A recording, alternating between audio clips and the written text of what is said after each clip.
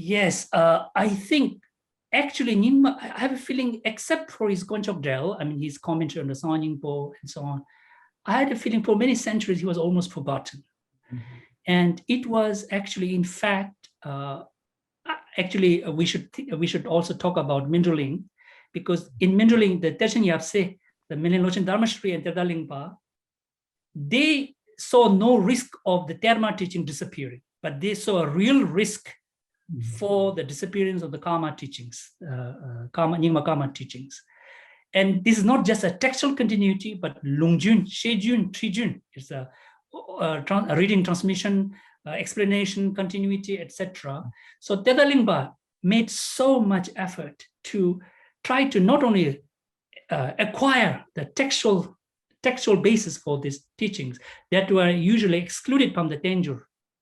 So those authoritative Nyingma texts that were excluded from the Tenjur later on assumed the status of this core corpus of the Karma.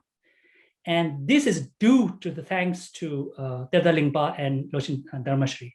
But Karma teachings by itself will never stand on its own. You need Bodhisattva practices. You need Vinaya practices. There comes the Loshin Dharmashri.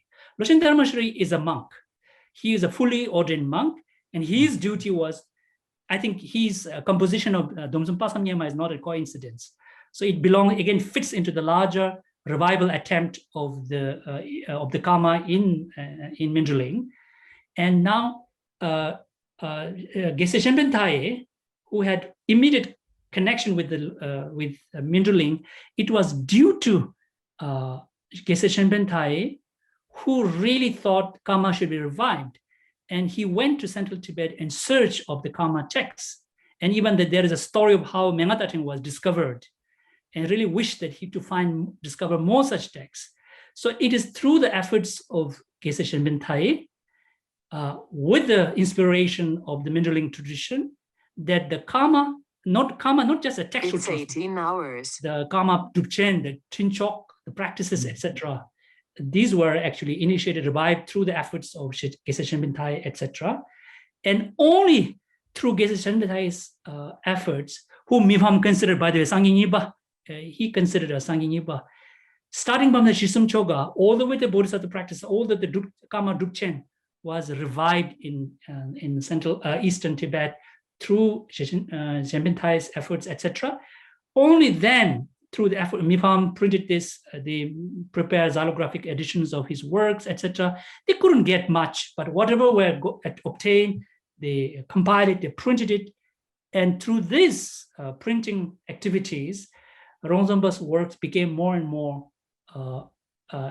accessible to the, let us say, to the rest of the, but I still suspect that Mifam, he could not fully explore the full potential of Rongzompa's works. This is my suspicion. And later on, of course, nowadays, through these efforts, I mean, it became. Yeah, I may add here that, as Dorji said, I think Rongzompa was pretty much neglected, and his work remained a bit obscure until it was brought to light by people like Mifam. And today, I think if anyone in the audience wants to know more about how Rongzompa's writings have evolved or how they've come to light, Dorji's partner Orna has done wonderful work on Rongzompa's works. So that's a good place to begin. Great, and thank you. Yeah, one thing is I think his works are simply too difficult. Maybe it's not. It's very difficult to understand.